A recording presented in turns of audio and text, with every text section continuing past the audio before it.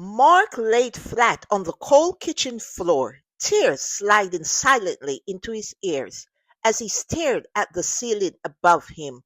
The room smelled of damp walls and old wood.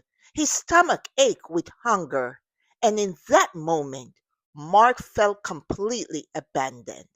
How did a man who lived in New Jersey since he was 4 years old end up crying on a kitchen floor in Jamaica? Mark grew up in New Jersey. That was home. That was where he went to school, made friends, and learned how to survive. Years later, he married Maria, a Spanish woman with a gentle heart, and together they had two children. Mark worked hard, stayed out of trouble, and waited patiently for his immigration papers to come through. At 27, he was only months away from finally becoming legal. Then one ordinary morning destroyed everything. Mark was standing at the train platform in New Jersey, heading to work, when a woman suddenly pointed at him and screamed, "That's him! That's him! That's the man who robbed me!" Before Mark could even speak, police officers surrounded him. People stared as Mark repeatedly said he was innocent. Hours later, the truth came out. The woman was wrong. Mark was innocent, but the damage was already done. Immigration officers detained him because he never got his papers. Maria rushed to lawyers, pleaded, cried, and fought with everything she had. But the system showed no mercy. Mark was deported. When the plane landed in Jamaica, Mark felt like a stranger in a place that was supposed to be home. The heat felt unfamiliar. The voices sounded distant. He had no life there, no job, no support, only an aunt named Paisley. At first, she allowed him to stay, but her kindness didn't last long. Paisley would insult him, spoke badly about him to neighbors. She refused to give him food. She called him worthless to his face. And through all the insults, Mark began to break silently. Some nights, Mark went to bed hungry. Other nights, he lay right there on the kitchen floor, staring at the ceiling, wondering how his life had fallen apart so fast. Soon, rumors began to spread.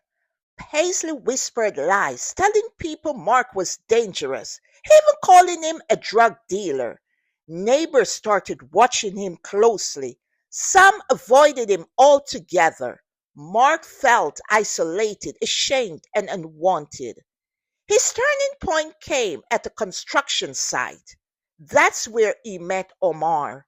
Omar didn't judge him. He shared his food, offered him work, and one day handed him an old cell phone. "Call your wife," Omar said. "Let her know you are still alive." One cool evening after he was done working, Mark called Maria. When Maria heard his voice, she broke down in tears. From that moment on, she kept in touch with Mark and promised that she will continue to fight for him to return to his family. She sent him money so he could eat, help him to get a small place of his own, and continued working with lawyers so his case would be expedited. For 2 long years, Mark struggled in Jamaica, but Maria never gave up. Mark would sometimes help children in the community with their homework. He started with one child, and before he knew it, there were many seeking his help. People in the community began to respect him. Finally, justice came. Mark's case was reviewed. The mistake was acknowledged, and permission was granted for him to return to the United States. When Paisley learned Mark was leaving Jamaica, her bitterness turned dangerous. She paid local men to harm him, but when they arrived at his place, Mark had already gone. He had left quietly just in time.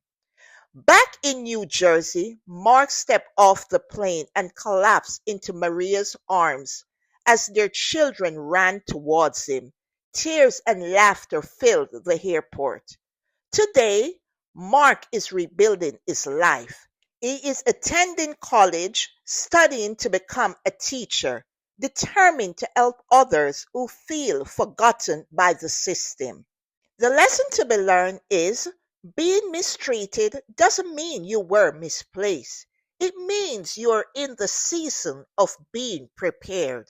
Even when life strips you of your comfort, dignity, and home, it cannot strip you of your God given purpose. Thank you for watching. Be sure to subscribe, like, share, and have a blessed day. Bye.